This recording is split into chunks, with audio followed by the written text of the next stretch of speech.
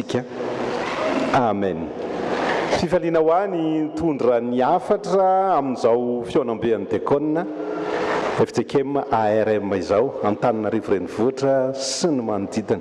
Mahafinaritra be mijery anareo fotsy daholo avy aty ambony ety, mampihetsi-po sy mampihetsi-panahy be ary mino afa tena izay nareo, tena fotsy toy izao araky ny fitafiana izay tafiana ao anatin'izany. Ndao tsika afana amin'ny baibolitsika amin'ny Abakoka toko faharoa ny andininy voalohany ka hatramin'ny fahaefatra no angalantsika afatra amin'ity an'io ty.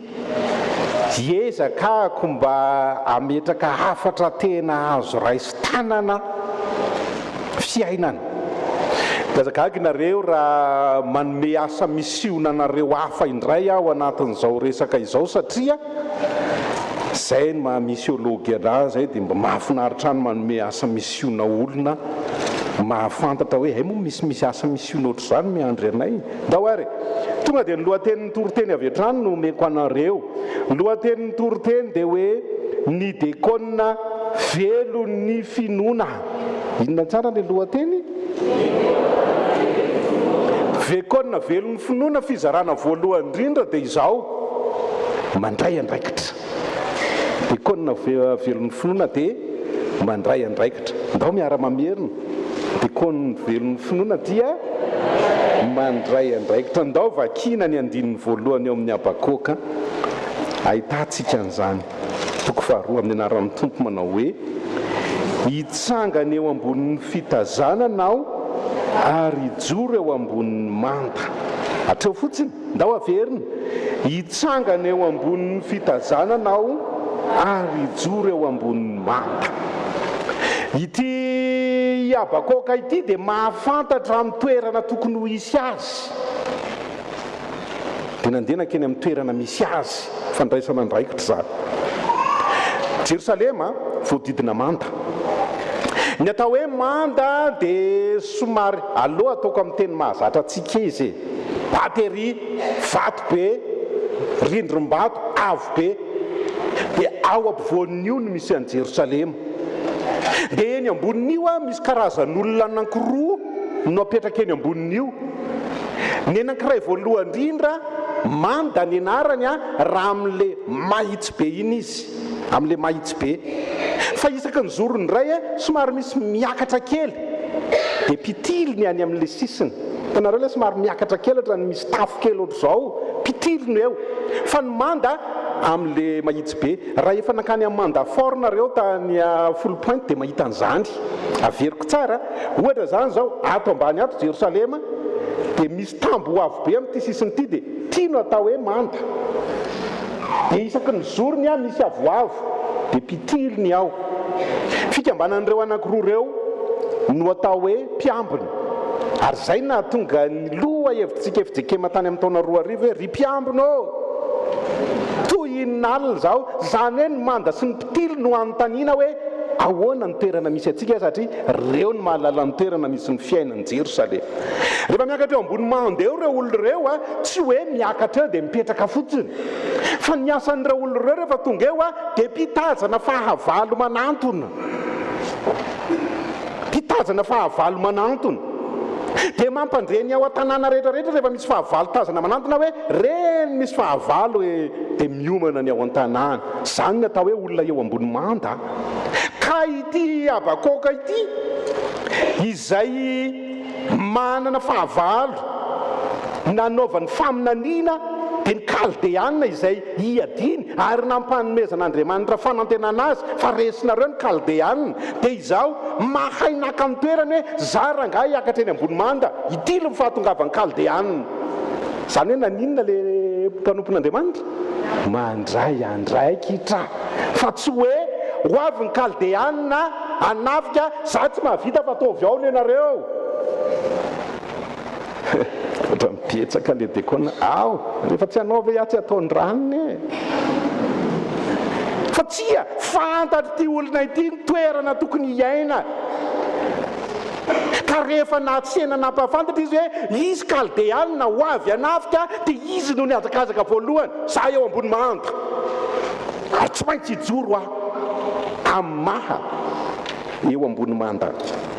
Apiko kely ny andraikitra zay ho mahamisyology ana fa aza mieritreritra zavatra hafonareo. Apiko kely ny andraikitra tsy tompona andraikitra amin'ny fiangonana fotsiny ny dekona velon'ny finoany fa tompona andraikitra amin'ny fiangonana sy ny tanànany. Averiko tsara, tsy tompona andraikitra amin'ny fiangonana fotsiny dekona velon'ny finoany fa tompona andraikitra amin'ny fiangonana sy ny tanàna misy azy. Fa inona moa ny andraikitry ny olona miakatra eo ambony mande? Ndao vakitsika ny Isaia dia hitatsika fa porofo ny Isaia ny andraikitry ny manda. Isaia 2:20. Ndao vakitsika kely zany. Ndao mamaky baiboly fa tsy mimpiry amadibadika baiboly akory. 2:20 ahitantsika hoe mifamatotra ny olona eo ambony manda sy ny tanànan'i Jerosalema. Mialohany amakitsika an'io dia teanao fanamariana kely hoe ao anaty baiboly mifamatotra io tany misy anao io sy anao. Aza mietrehitra hoe rehefa tsy mandeha ny tanàna misy anao dia politika izay tsy mampandeha azy. Tsy marina zany. Tsy marina zany amin'ny baiboly. Alao aloha maka teny hafa mihitsy ny ahako. Genesis, jerevantsika eo amin'ny Genesis 3:7. Avateo any amin'ny Genesis aloha mialohany amakina fantatritsika tsara hoe mifamatotra ny tanàna misy anao sy anao dekona.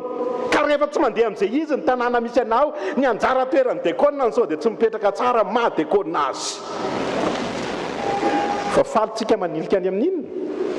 Mpanao politika rehefa tsy mety ny tanàna, tsy miresaka politika fa milaza ny fahamarinana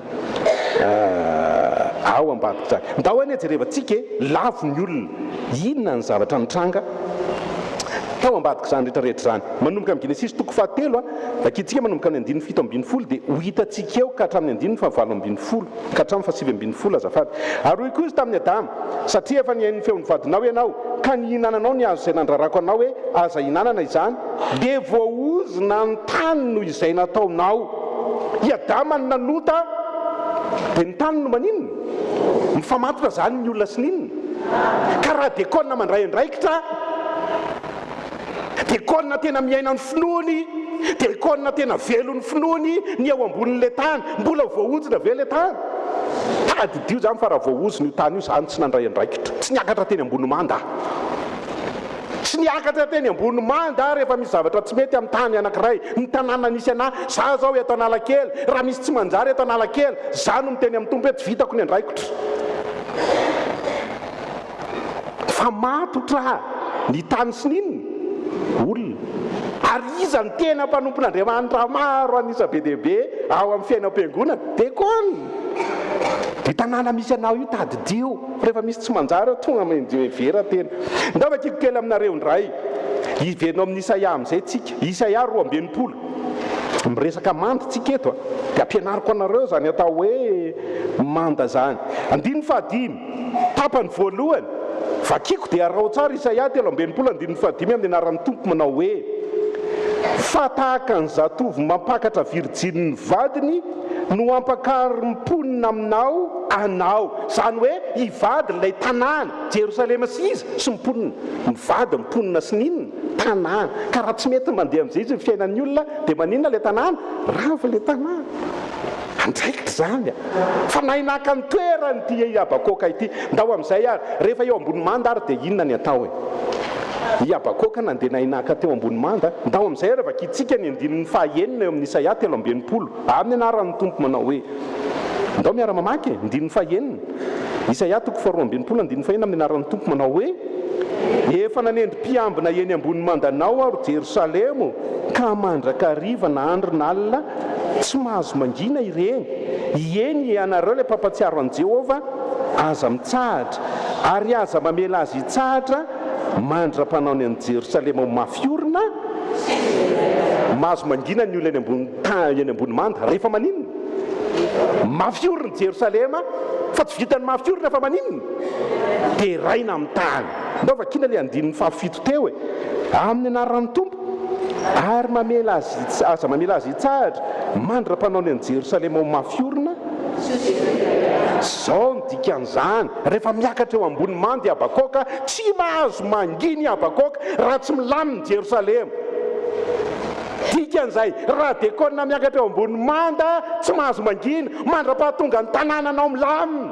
Tananarivo renivohitra raha misy tsy milaminy ato Antananarivo renivohitra any aminao no dio vavabatsy fatra any amin'ny olona sao dia mba tsy eny ambony manda ary dia inona le nitabataba tenenina teo tsy mahazo mangina dia ikoana tsy mahazo mangina ary rehefa tsy mahazo mangina ny Jerosalema ny dekona inona nasena tenenina sao dia fanaratsiana olona ny tatatatainy eo ndao verenina ny andininy fahaenina amin'ny anaran'ny tompo efa nanendry mpiandriny meneny ambony mandanao ary Jerosalema ka mandrakariva na andro na alina tsy mahazo mangina ireny eny ianareo mpampatsiaro an Jehovah aza mitsahatra inona zany le mission mampatsiaro an'izy sao dia mba tsy vitanao mampatsiaro an Jehovah amin'ny tanàna misy anao zany ny mission ny dekona zay ho any mahamissiology ana zany ny mission en dekona mampatsiaro ny tanàna misy azy misy zany Jehovah zany tena mitondra famonjena ho an'ity tanàna ity zany Jehovah zany miteny foana fa tsy mampanina na teneniny olona hoe miteny foana titininy teny foana mampatsiaro an Jehovah foana zay no marika fa eo ambony manda ianao karaha velona ny finoanao miakatra eo ambony manda ianao dia mampatsiaro an Jehovah foana fa be dia be ho an'izay be dia be aminareo reo mahafantatra anahy ary tsy afaka mbavako ty teny ity jery anareo hoe hoazy ao mba tsy tenenako hoe ny atsasakareo mahery mahafantatra anahy daholo zao ny fiteniko rehefa miala ny akanjo fotsy tsy midika fa vita ny asa fa midika fa irahana any amin'ny fiarahamonina ndray ianao dana ndray dia mitenena foana mampatsiaro an Jehovah fa tsy olona hoe niatsako manao asa ato am-piangonana mody ary efa avy eo tsy hitatsony madekona mampatsiaro an Jehovah foana any amin'ny tanàna misy anao ary zay le olona miakatra eny ambony manda ahoana tsara ozy izy teo efa nanendry mpiambiny eny ambony mandanao ary Jerosalema ka mandrakariva na andro na alina tsy mahazo mangina ireny eny ianareo mpampatsiaro an Jehovah aza mitsahatra ary aza mamela azy hitsahatra mandra-panao ny Jerosalema mafiorina sy hoderaina amin'ny tany fa saingy zao raha vitanao ny manao an'izany mafiorina io tanàna misy anao io Antananarivo renivohitra tena an Kristy io fa zay marina ve izy ankehitriny nareo ny mamantatra azy fa tsy abakoka niakatra teo ambony manda fantana ny toerana tokony misy azy fa eo ambony manda fa tsy olona manjenjeny fotsiny amin'izao averiko tsara andininy voalohany eo amin'ny abakoka toko faharoa hitsangana eo amboniny fitazanako ao ary hijoro eo amboniny manda tsisy mibaiko abakoka hoe ndany ianao makeny ambony manda tsisy mibaiko abakoka hoe mitsangana fa iabakoka nanolo tena hoe ndeha aka nitoerana maha eo ambony manda tsy ilaina ifabaikony hoe ndana amiteneny anatin'ny fiarahamonina ampahafantaro Jehovah tsisy akibaiko fa mahalala n'izy dia kona mahalala ny andraikitra nomena azy dia mandeha manao an'izany asa izany navakitsika kely Ezekiela resaka manda moa ny resaka tsika androany Ezekiela toko faharoa amby roapolo andininy fahatelopolo rehefa tsisy olona mety anao eo ambony manda hiakatra inona ny zavatra mitranga fa Ezekiela tompoko dia nahay niakatra teo ambony manda ndavakitsika kely Ezekiela raha ohatra ka sarotsarotra mitady an'izany Ezekiela zany 5:700 mipejy raha mitovy amin'ny baiboloko ny baibolonareo Ezekiela toko faharoa amby roapolo ny andininy ny fahatelopolo sy ny manaraka ndao ary ndao mba miara mamaky amin'ny anaran'ny tompo hoe Ezekiela toko faharoa amby roapolo andininy fahatelopolo sy ny manaraka amin'ny anaran'ny tompo manda foana ny resakitsika eo amin'ny anaran'ny tompo anao hoe ary nitady olona teo aminy aho anao manda sy hijanona eo amin'ny banga eo anatrehako ifona ho an'ny tany mba tsy andravako azy kanjo tsy nahita ataon'Andriamanitra inona le tany rehefa tsisy olona ambony manda ravainy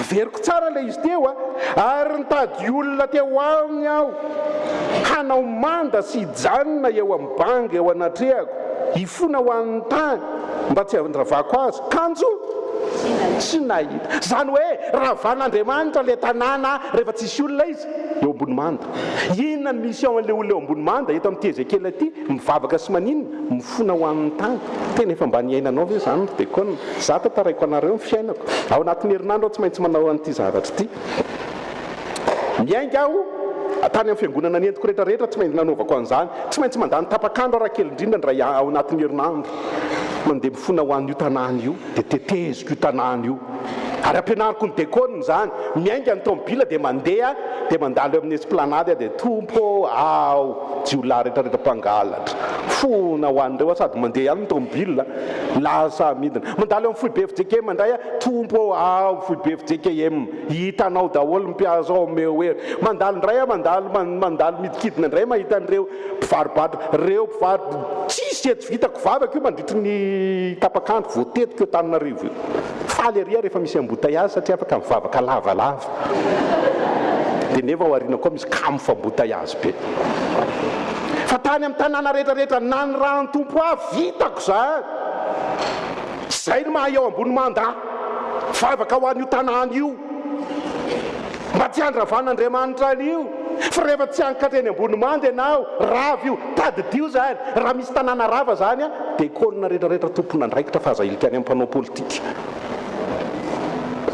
satria rehefa tsy misy olona ifona amin'ny tany eo dia ataon'Andriamanitra ina le izy ravahiny misiôlôzia ho azy zany zavatra tantaraiko anao zany nareo zany mahamisôlôgia tsy maintsy mametraka hiraka vaovao foana reo eo nareo dekônina iabakôka eto efa niteny fa nitsy amin'ity an'io ty ary tsy nametrapetraka foana an'io Andriamanitra androany hoe io abakôka io afatra ho an'ny dekônina fa fantatry abakôka ny toerana tokony andehanana niakatra izy tsisy mibaikona hoe ndana makeo ambony manda inona ny mission teny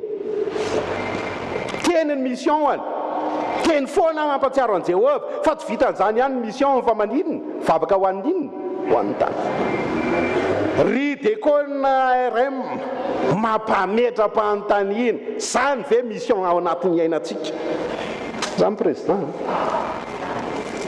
sady faly fotsiny hoe manao akanjo fotsy dia mitatraka dia mody fa mila miakatra eny ambony manda fa iabakôka mahatsaro teny andraindraikitra hiakatra eny ambony manda amitan'izany andraikitra zany fa tsy dekônina fe dekônina fotsiny amin'izao fa tsy zarazara raha dekônina fotsiny amin'izao fa ndraindray rehefa dekônina tsisy atao dia lasa manakorotana fa raha zany anie natao tsy lanana fotoana andro ifampikorotanana tsy manana fotoana ifampikorotananao am-piangonana fa samy miakatra eny ambony manda tsy akibaiko malala eto anao ny andraikitro maireza zany ny asanareo tsy maintsy ampaherezina amin'ny asako raha velao kivikivy eo tsy maintsy ampaherezina fa zany sao zany ny iraka tia ny tompo ataonareo aza miandro bakiona ohatra ny abakôka fa tonga dia naninona niakatra teo ambony manda dia nanao ny asan'ny olona teo ambony manda fa ianareo reo koa niakareo ambony manda reto avy ny asan'ny olona eo ambony manda tsy mahaso mangina mandra-panao an Jerosalema mafiorina tsy maintsy mifona ho an'ny tanàna koa izy le olona zay avy nampianatra an'ity hoe kozara ry pastera le mifona ho anara tsy vitako indraindray zany mahadekônina ny dekônina ndao ary fizarana faharoa ny dekônina velon'ny finoany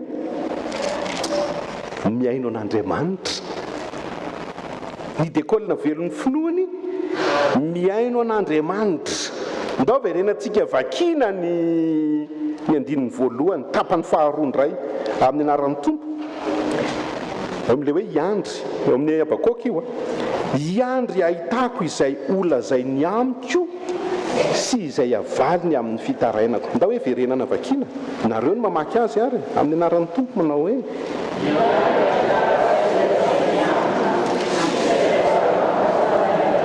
rehefa niakatra eo ambony manda iabakôka tsy vitany hoe responsable dia indraindraikitra tsy zay fotsiny fa zao niakatra eto dia iaino an'Andriamanitra inona ny tena mission tiany ampanaovina ny aino nampiofana dekônina andray mandeha tsy tamin'ny fiangonana nentiko fa nalaina nampiofana 970 le isan'le dekônina nampiofanako zaraiko taratasy kely dy izy zao dekôninareo fianoy ao anatin'io taratasy kely io inona mivatanareo ka ny tena miasa amin'ny mahadekônina anareo dia nalaina dia nasena ny depoiena le izy la ny andro teo zay fiefakadiny vita le izy 270 inona ny tena miasa tongotra sy tanana tsisy nampiasa sofina mihitsy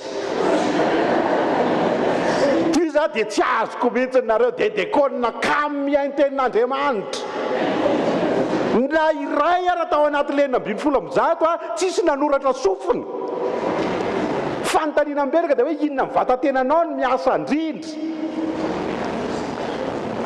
fa ny azy ny miasa indrindra dia ny tanany ny tongotra ny sainy ny maso ny iny fiabakoka rehefa niakatra teo ambony manda izy ka nandray andraikitra iandry ahitako zay olona zay ny amiko miandry an'Andriamanitra miresaka aminy ary fifaliana ho azy ny miaino an'Andriamanitra teolojian'ny sofiny ty resahako ty misy ndray zao dia efa hainay za mipastera rehefa nitenen'ny pastera tsy maninona fa maninona moa teolojian'ny sofiny da hoany jerevantsika zany teolojian'ny sofiny zany jona toko 5:17 miara-mamaky tsika rehetrarehetra dia hitanareo hoe tsy mahafiatoka ianao mihaino tenin'Andriamanitra na adiny 5 ara ny tenin'Andriamanitra ianonao eo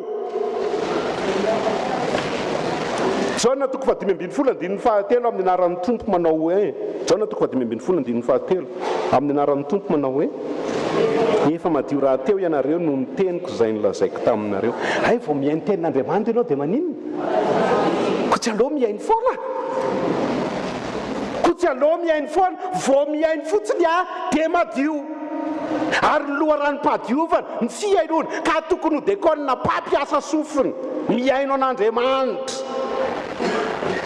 ndao jerevantsika kely ny asan'ny apôstôly toko 2 zava-tsavatra resako aminareo zao indray le atao hoe anthropologie biblique zay ambaran'ny tenin'Andriamanitra mahakasika ny vatantenan'olombelona 17 anthropologie biblique ty zavatra ty ao anatin'izany ny teolojian'ny sofiny 17 asan'ny apôstôly toko 2 17 manao hoe ary raha nandray izany ny olona inona ny asa sofiny dia inona ny toyany dia voatsindro natampo aza mietetra zany ianao hoe ho voatsindro ny fonao io raha tsy maninona aloha ny sofina zany natao hoe anthropologie miaino aloha ny sofina ho voakitika ny fo fa tsisy fo voakitika zany ao rehefa tsy mety iaino io sofinao io ary iain'ny famarinana ary iain'ny fianarana fa tsy ampimemezina asan'ny apôstôly toko 5:10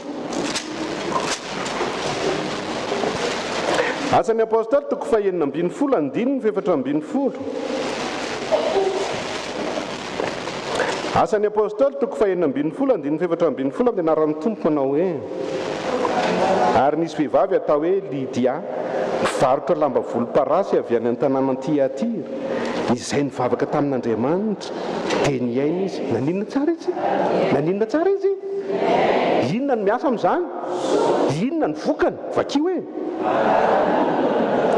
tsy ho sokafan'Andriamanitra mihitsy ho fonao io miazagagytsika fa olona be dia be ny dekonina tsy misokatra ny fony satria maninona la ny andro manao raraha sasany ara-moa anaty toroteny manisa rakitra mila mandiny teny ianao ry dekonina hiakatra eo ambony manda dia tena hiaino an'Andriamanitra ahitako zavatsoa amin'ny fiarahan-dalana amin'Andriamanitra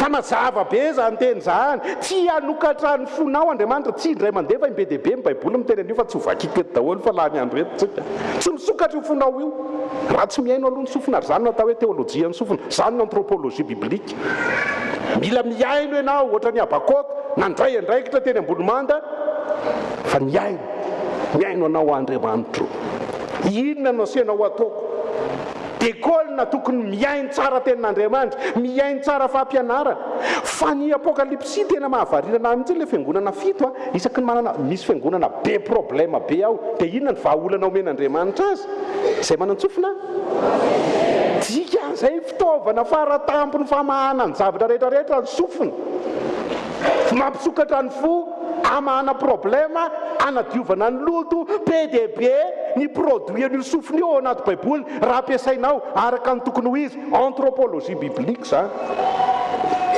dia mampandiny tena ny olona tsy te hiaino tenin'Andriamanitra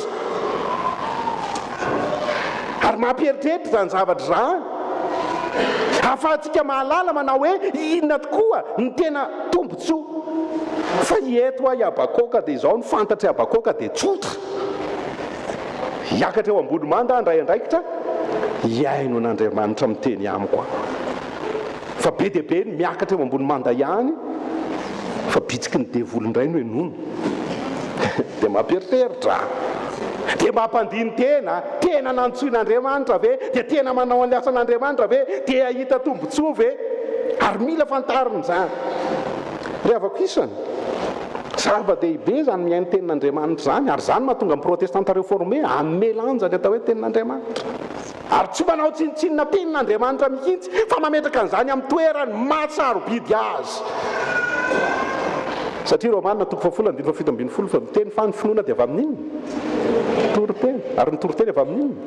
Tenin'ny Kristy. Raha tena te hitombo finoana ianao, dia ekona velon'ny finoana ianao, dia tsy maintsy dia ekona tia tenin'Andriamanitra, tena mihaino tenin'Andriamanitra. Fa ny fizarana voalohany teo mandray andraikitra, ohatra mbola tsy voateny mafy ilay izy teo, maninona tsara ilay faharoa,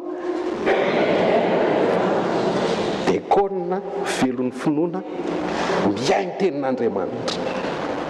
Fa ny mahafinaritra dia izao, ny fahatelo, ny dekona velon'ny finoana tsy vitany hoe mihaino tenin'Andriamanitra fotsiny fa mankatoa tenin'Andriamanitra. Ndao anefa kitsika ny toyany. Ndiny ny faharoa amin'ilay Habakoka teo, amin'ny anaran'ny Tompo manao hoe dia namaly ahy Jehova, ndao miara-mamaky. Ndiny ny faharoa, dia namaly ahy Jehova ka nanao hoe soratin'ny fahitana ka atao velona tsara ny soratra eo amin'ny fafana mba ho azon'izay mihazakazaka ho vakiana aza. Tena ny teny amin'izay ary Andriamanitra, dia ny ahiraka nampanaovin'Andriamanitra ny Habakoka eto dia mbola asa misiona ihany, zany misiolojia, mbola ny ranandray mandehana maka soratra dia ataovy ngeda be ho hitan'ny mpandala ka na mihazaka. Misy dika teny anankiroa izy io, ny anankiray voalohany indrindra hoe ho hitan'ny mpandala izay mihazakazaka le soratra, fa ny dika teny anankiroa hoe ny anankiray faharoa hoe rehefa hitan'ny olona le soratra dia mihazakazaka izy anantony. Ery ambany ery amin'ny vodipejy ery misy an'izany mba hiazaka zany ny olona ary anantona anao. Inona ny dikan'izany? Niakatra teo ambony manda Habakoka dia voalohany indrindra izitsika tena ninona mandray andraikitra tsy ny baikona, fa ny faharoa niakatra teo ambony manda Habakoka tena mihaino an'Andriamanitra, fa ny fahatelo niakatra teo ambony manda Habakoka hitory filazantsara. Zay ne dikan'io fafana io nalefa le fafana fitorinan'ny filazantsara miaramin'Andriamanitra ianareo ry Kaldeanina. Hitan'ny Kaldeanina zany hoe fitorinan'ny filazantsara, asa fitorinan'ny filazantsara. Zay le AFF. Za moa AFF hatrany amin'ny tsy mainty koa izy le olona zay. Zany maha-AFF ny AFF tena mitory filazantsara, ary zany mahasa misiona ny asa misiona, tena mitory ny filazantsara. Mahatarika ny olona izay mbola tsy manana an'izany filazantsara zany, mbola tsy nandray an' Jesosy, ahoana no ahafahana manatanteraka an'izany, andraisan'ny olona an'izany. Ry havako isany, zany ny tena dekona raha tarafina amin'ny fihetsika Habakoka. Zany ny tena dekona raha tarafina ao anatin'ny Baiboly perika eo am-pandroany, dia mampandiny tena antsika manao hoe za moa zany zao hoe dekona manao ahoana ary? Dekona toy izany ve makataratra avy amin'ny fiainan'ny Habakoka? Sa dekona manao ny asan'Andriamanitra fotsiny dia rehefa hitan'ny olona miakanjo fotsy dia ampy zay dia atreo mandiny tena mandiny tena ry dekona ARM Antananarivo renivohitra. Mahiresa ho an'ny tompony voninahitra. Amen.